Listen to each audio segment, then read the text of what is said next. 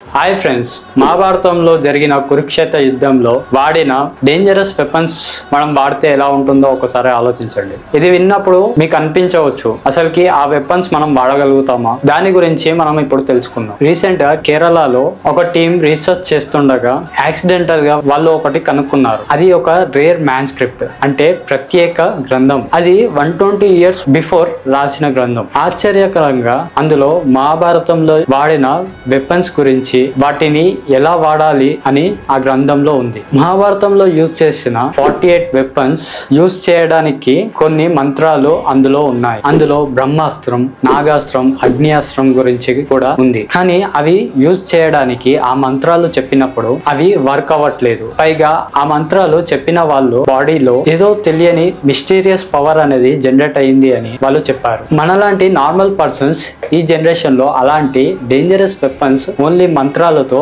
మనం యూజ్ చేయలేము. కానీ ఫ్యూచర్ లో మనం యూజ్ చేయొచ్చు అని కొంతమంది అంటూ ఉన్నారు. అసలుకి అది యూజ్ చేస్తే ఎలా ఉంటుందో కామెంట్ చేయండి.